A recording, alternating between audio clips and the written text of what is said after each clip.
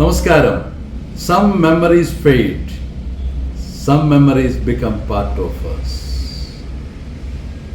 ചില ഓർമ്മകൾ മായും, ചില ഓർമ്മകളെ സമയം മാറ്റും. എന്നാൽ ചില ഓർമ്മകൾ ജീവിതത്തിൻ്റെ ഭാഗമാണ്.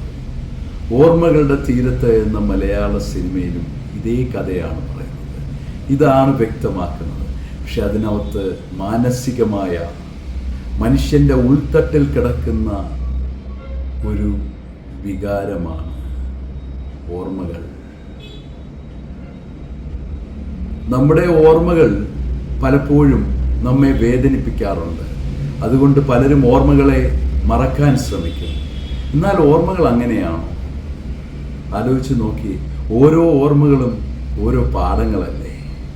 നമ്മളുടെ ഒരു സുഹൃത്തിനെ കുറിച്ച് നാം ഓർക്കുമ്പോൾ നമ്മുടെ ആ പഴയ സുഹൃത്തിനോടൊപ്പമുള്ള കാലമല്ലേ ഓർക്കുന്നത്. നമ്മുടെ ഒരു അധ്യാപകനെ ഓർക്കുമ്പോൾ നമ്മൾ പഠിച്ച ആ നാളുകളുടെ ഭംഗിയല്ലേ നമ്മുടെ മനസ്സിൽ വരുന്നത്. എത്രയോ കാലം കഴിഞ്ഞാലും ചില സ്ഥലങ്ങളിൽ ചെല്ലുമ്പോൾ നമ്മൾ എന്താ ചിലരെ മറക്കാത്തത്? നമ്മളെന്നോ അവർ നമ്മളുടെ ജീവിതത്തിൽ നിന്ന് പോയി കഴിഞ്ഞു. പക്ഷെ അവരെ മറക്കാൻ നമുക്ക് പറ്റുന്നില്ല.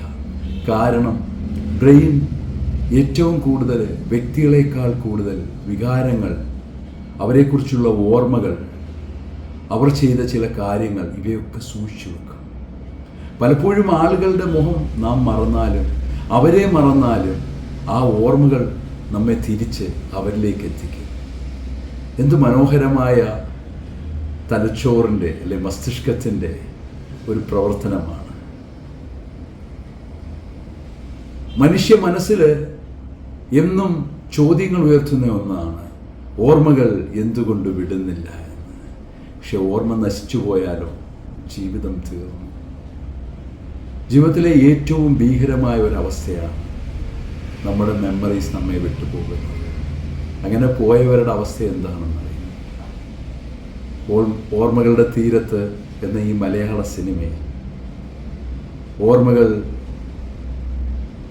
നഷ്ടമായാലും നഷ്ടപ്പെടുമ്പോഴും ഓർമ്മകൾ വേട്ടയാടുമ്പോഴും ഓർമ്മകൾ കുറ്റപ്പെടുത്തുമ്പോഴും ഒക്കെ മനുഷ്യ ജീവിതത്തിൽ സംഭവിക്കുന്ന വേദനകൾ, മനുഷ്യൻ ആരോടും പറയാതെ അനുഭവിക്കുന്ന ചില യാതനകളും, അവന് ആരെയും തുറന്നു കാണിക്കാൻ പറ്റാത്ത അവൻ്റെ ചില മനസ്സിലെ മുറിവുകളും. ഇന്നത്തെ എൻ്റെ സൈക്കോളജിക്കൽ വീഡിയോയിൽ ഞാൻ അതുകൊണ്ടാണ് ചില ഓർമ്മകൾ മായും, ചിലത് നമ്മുടെ ജീവിതത്തിൻ്റെ ഭാഗമാകും എന്ന ആ സബ്ജക്റ്റ് എടുത്തത്.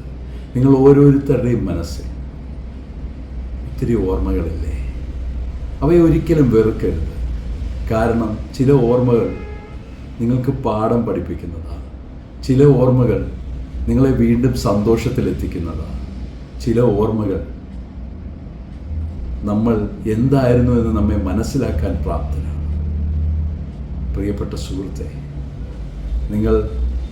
നിങ്ങളുടെ നല്ല ഓർമ്മകളെ മോശ ഓർമ്മകളെയും സ്നേഹിക്കുക. ആ ഓർമ്മകൾ സമ്മാനിച്ച കുറേ ആളുകളുണ്ട്. അവരെ വീണ്ടും വീണ്ടും നമുക്ക് ഓർക്കാൻ ആ ഓർമ്മകളല്ലേ.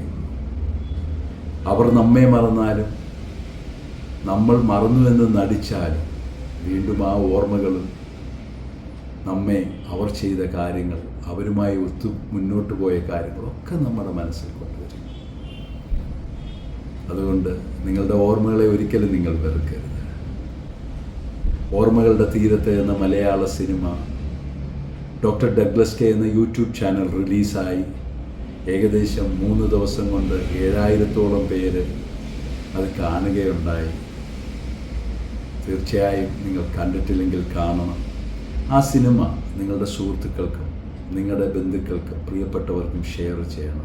മനുഷ്യ മനസ്സിൻ്റെ ഒരു സാധാരണ മനുഷ്യരുടെ ജീവിതം, അവരുടെ ഉള്ളിൽ കിടക്കുന്ന വേദനകൾ, അവയൊക്കെയാണ് ആ ചിത്രത്തിൽ.